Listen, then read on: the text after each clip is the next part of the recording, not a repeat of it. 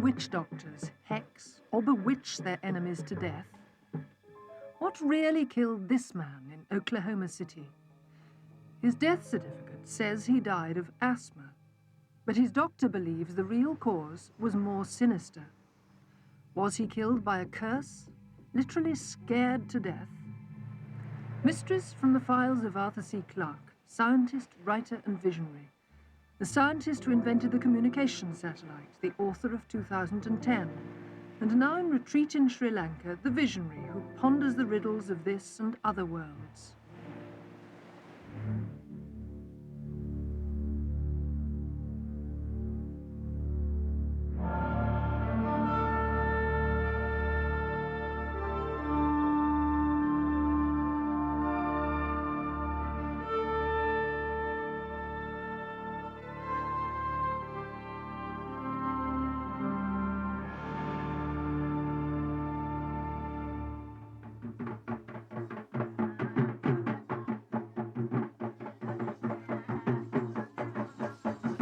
These are devil dancers from Sri Lanka, but you will find them in many other parts of the world.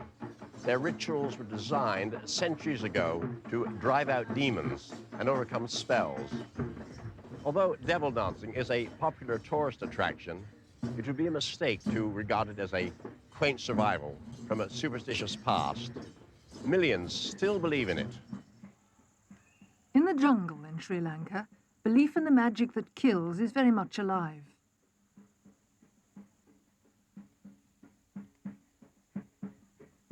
The sinister spells are cast in a mountain cave.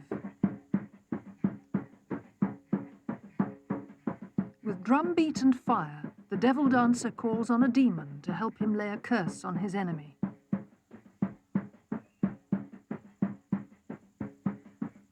To make sure the victim dies, the spell demands a human skull, freshly dug from the village graveyard. If this bait works, the dancer is possessed by the demon, which demands mesmerized cockerels as a sacrifice.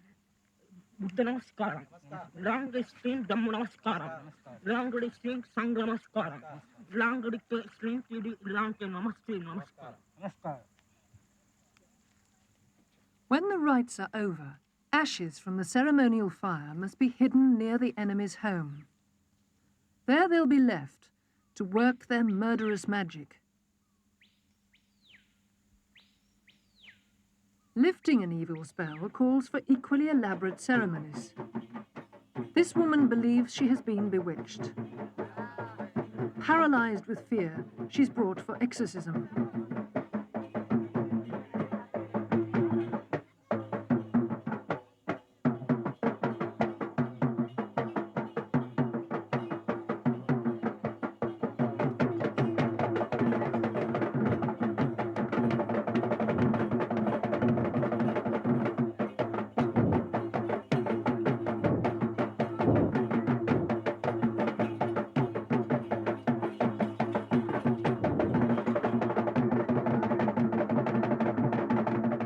The devil dancer's job is to entice the demon from the woman's body.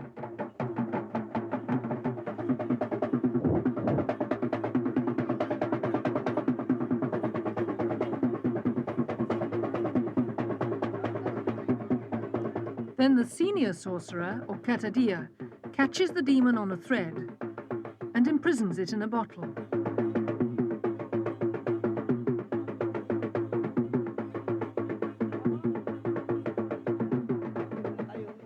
He promises that the spell will be lifted when the bottle's consigned to the depths of the Indian Ocean.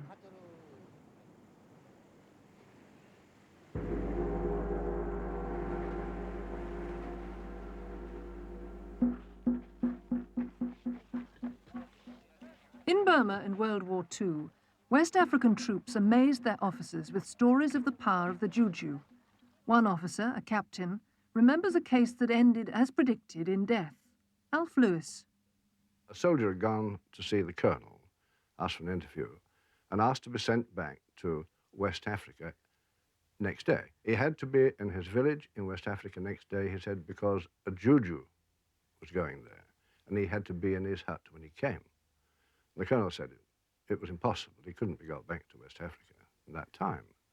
And the man said, well, if I no go to Juju, Juju go come to me, I go die.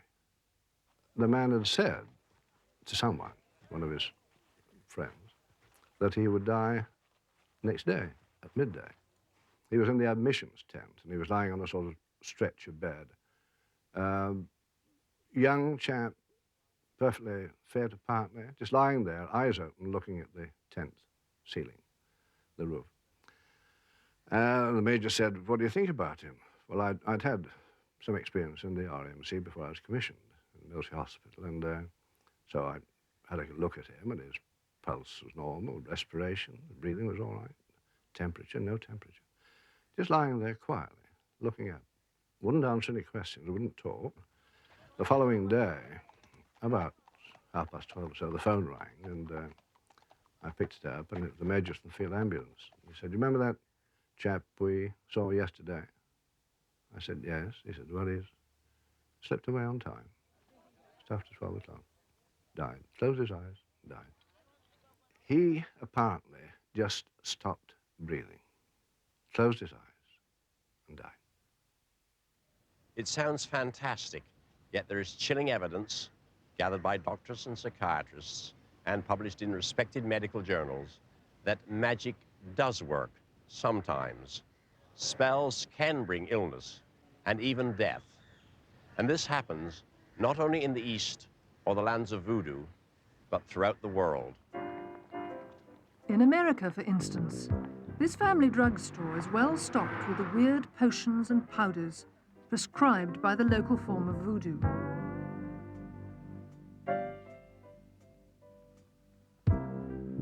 Plenty of products to ward off evil spirits, at least amongst the goods for sale over the counter.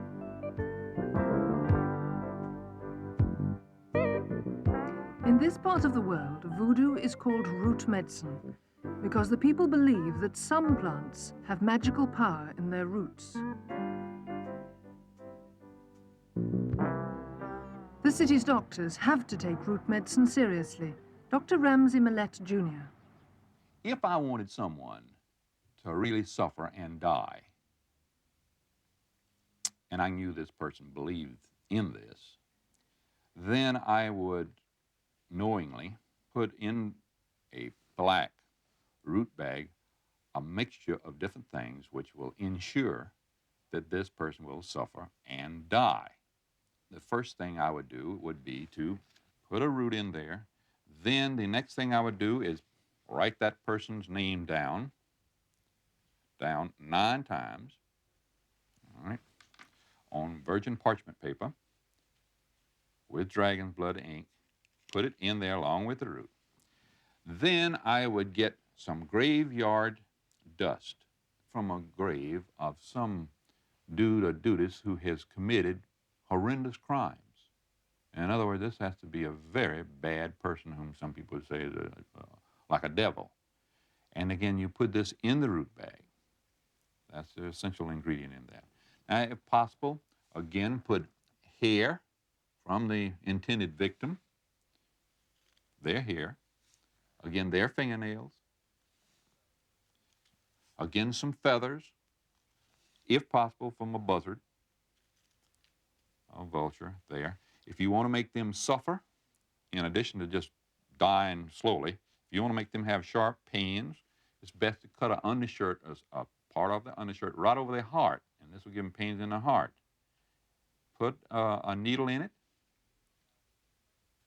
put it inside the root bag, and again, tie up this root bag and plant it someplace on the person's property or as close to that person as you possibly can get.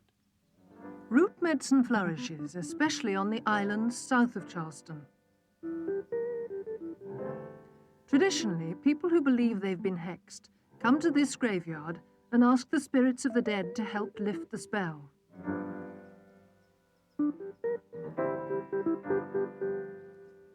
Caretaker Ben Parker knows the ritual. The spirit must be paid with half a pint of whiskey and 9 cents. If I got a bad spell, like I'm right here, I dig a hole down in it, and I'll call it. You can see the name on there. So you call them by the name, Lydia Brown. Then you say, Lydia Brown, I have a bad spell on me. I want you to take it off. I'm paying you. I don't want you to do it for nothing. I'm paying you to do this for me. Then you dig a hole, pour half pint of whiskey and 9 cents in there, and cover it back up. After a lifetime on Edisto Island, Ben Parker knows the recipes of root medicine, and sometimes his neighbors consult him. What other things would they use for a death spell?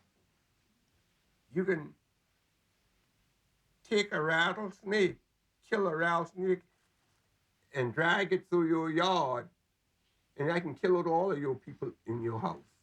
And that would be like a very evil spell. Yeah, that's a death spell. Ben specializes in protecting houses against harmful influences. He shows Nora Esteves how to use household ammonia to ward off the magic of evil roots.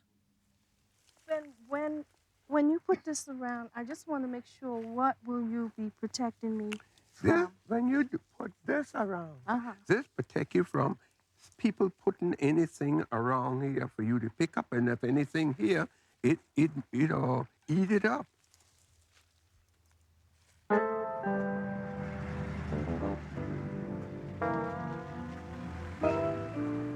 Here in South Carolina, root medicine creates serious difficulties for conventional doctors. Psychiatrist Mike Lampkin works on the islands. He's expert at spotting the signs. For example, here. Now, you notice this house over here. It's got the dark blue trim around the windows and around the door, and how the posts are painted up along the front porch. That blue protects the dwellers of that home from the evil spirits, or from a root being applied to them.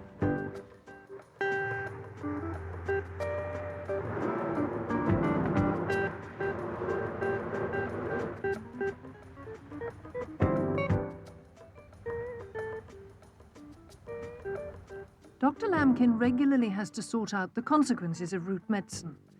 Today, he's been called to a patient who's convinced she's under an evil spell. Lampkin has learned from experience that he must pretend to be a root doctor himself to have any chance of success. I have to transform myself from the pseudo-sophisticated psychiatrist into the very, very omnipotent and all-knowing root doctor. The de-hexing session has all the trappings of root medicine. Do you know the name of the person who has placed the root on you? Yes. I don't wish to know the name. He gives her harmless drugs, which cause hot flushes, and tomorrow will turn her urine bright green, signs that the evil spirits are leaving her body. With this elaborate ceremonial, Lampkin hopes to convince the woman that he is a very powerful root doctor. When I draw near unto the sick man, when I examine the muscles of the sick man, when I compose his limbs, when I sprinkle the water of awe on the sick man, when I subdue the sick man. Both Lampkin and his patient wear blue glasses, the traditional protection against evil spirits. You have 3 cents from your husband, and 4 from you. Would you place the 3 cents from your husband on this side of the plate and the 4 from you on that side? Finally, when he's convinced the patient believes in his powers, Mike Lampkin gets her to help him cast out the spell. Though he says it's all a charade, Lampkin's de-hexing usually works.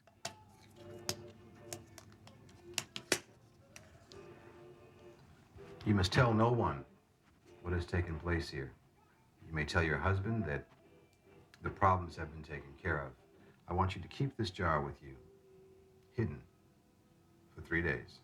On the 3rd day, find a creek or river, toss this into it on the outgoing tide, toss it over your left shoulder. That will complete the process. Emergency expenses of But can roots affect even skeptical people? G. Gatty Dowling is a rational man. He's one of South Carolina's leading lawyers. Okay. Thank you. And bake me 3 copies of that, too. Thank you. Yet he's convinced that an evil spell was put on his family. It all began the day he sacked the maid. The daytime cook had gone in to clean up the room that Lucille, who had been our maid, had left, and had found something in there that she called a root made up of 2 needles going one way and one the other, and wrapped around with black thread and stuck into the head of the mattress where Lucille had been sleeping. And I pulled it out, and when I did, I walked back towards the kitchen, and Liza saw me with the root in my hand, and she went hysterical again and ran out into the yard again. Soon it seemed that the evil magic of the islands had invaded his home. My oldest son stopped breathing and was in a life-threatening situation.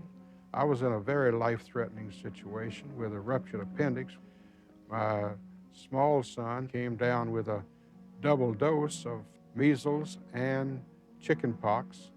And my wife, she had this adult case of chicken pox. Let's say that the evidence adds up. I was thinking in terms of whether a jury would decide that I had had the root put on me, and I would really have to conclude that they would.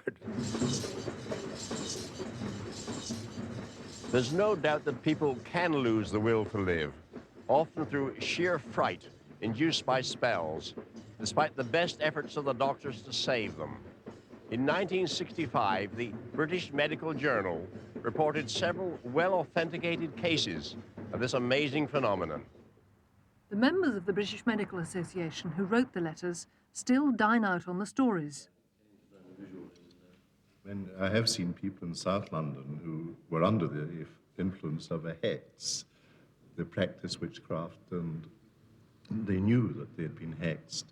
And they would show evidence of psychosomatic illnesses like asthma or skin irritations and so on.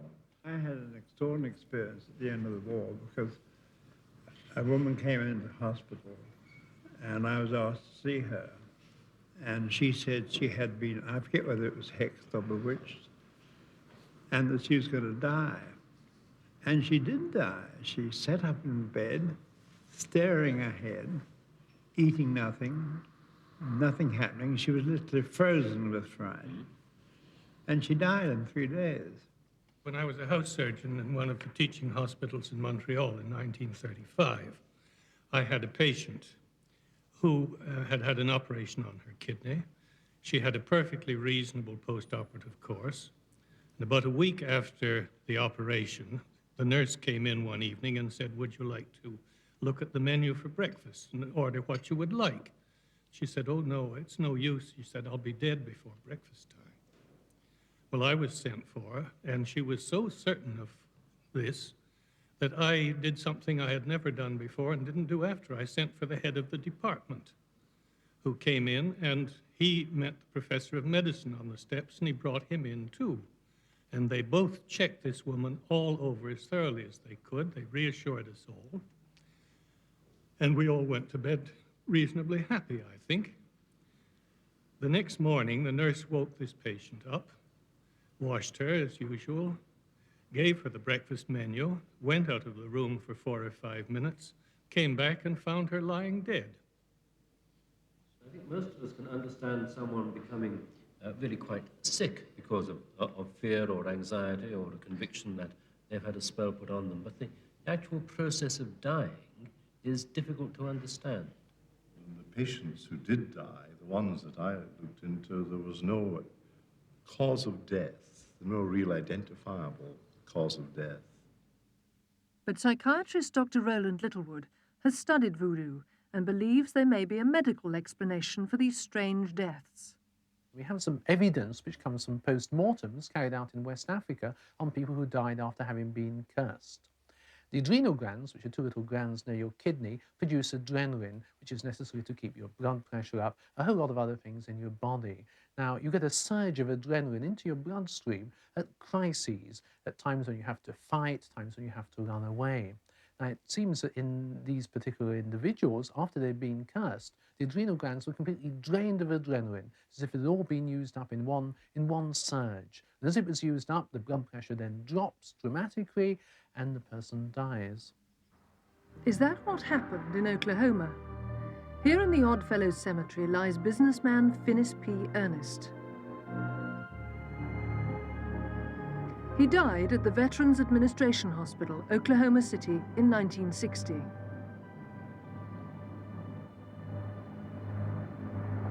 It's a long way from the lands of voodoo, yet Ernest's doctor, James Mathis, believes his patient was killed by a curse, and that his death certificate gives only part of the story.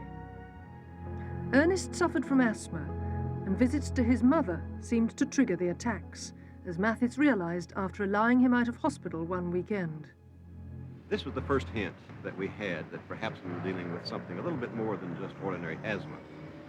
So a week later, on August the 17th, we gave him the same sort of pass, but this time with some different instructions. We said, please do not visit your mother. Go in the opposite direction. Go to a motel, and if I recall correctly, he actually went back to the place where he was born, a little town west of here, about 150 miles. Came back a late Sunday evening with a story from his wife, perfect. No wheezing, not a shred of difficulty. Well, this sort of clinched it, we thought. And in his own mind, he began to see that something was wrong, but perhaps he didn't get the physiology exactly correct. He said, it looks like I'm, quote, allergic to my mother, unquote.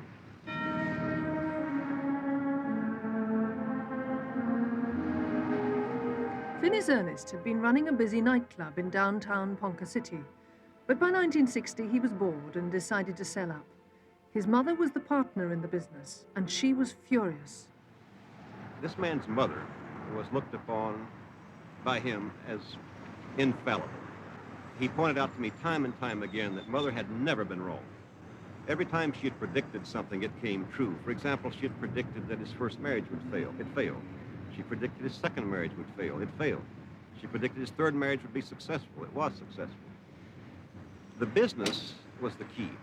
When he mentioned selling it, sometimes about a year to a year and a half before the final outcome, she adamantly said no, in no way. And her words, according to him, were, something dire will happen to you. The memory of their last weekend together is cherished by his widow, Josephine. This last weekend that I had with him at the down to Oklahoma City in the motel, and we just had a marvelous time, and he just seemed like he could never be ill again. Until he decided that maybe we'd better go by and see his mother, and we did. And after we went by to see his mother, it wasn't but a few minutes till he started having this breathlessness, and I knew it was a sign of an attack. And I had to hurriedly call the hospital and tell him that I was afraid that he was having another attack and we'd be bringing him in. Once over the attack, Ernest told Mathis he was going ahead with the nightclub sale. After our session at 5:30, he called his mother and said, in essence, the doctor and I have talked this over, and I have decided to reinvest my money. And he was going to reinvest this money in a business that did not need mother. And he said, we will not need your advice. She listened to him politely, apparently, and said, son, have I ever been wrong? And he said, no. And she said, what did I tell you? Well, he said, you said something dire would happen to me. She said, it will. It will. Within the hour, Finis Ernest was dead. I really believe that last call, telephone call, conversation with his mother contributed directly to his death.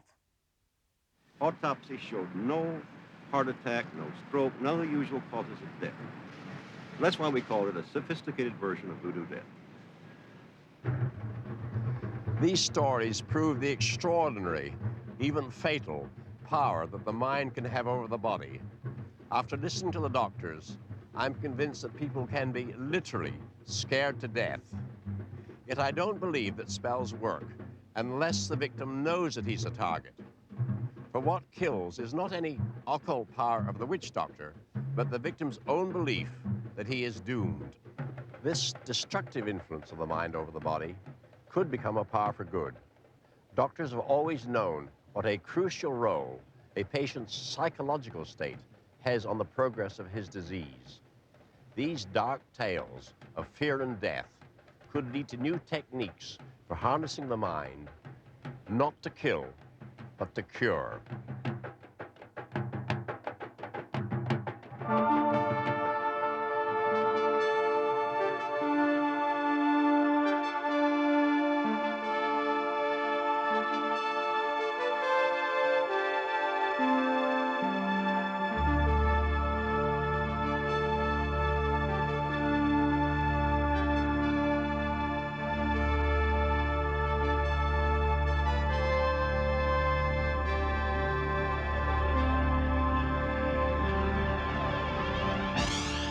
Next week, metal bending, magic, and mind over matter.